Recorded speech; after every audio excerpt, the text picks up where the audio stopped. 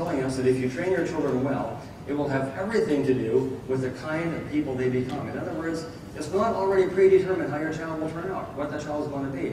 The way you train him will influence that. Now let me just make 4 comments on that fact alone, what clip21 is telling us. The first is just this. Deep down, I think we all already know this.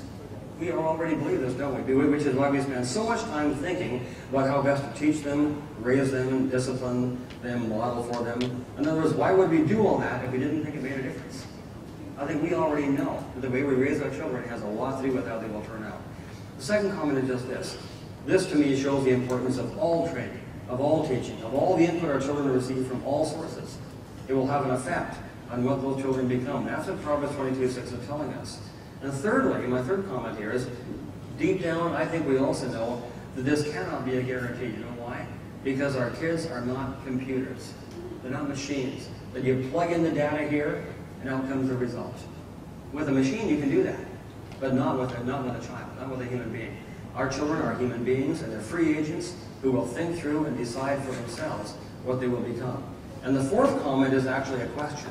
What about the child who was raised one way and yet goes another? You ever seen that? And maybe one sibling out of 3 or 4 or 5. 4 or 5 go one way, and then the way their parents encourage them to go, and then one takes off the other way. So we have a term for that child, don't we? What do we call that child? We call that child the black sheep of the family. Okay? It doesn't not a compliment to sheep that happen to be black, is it? That's what we call that.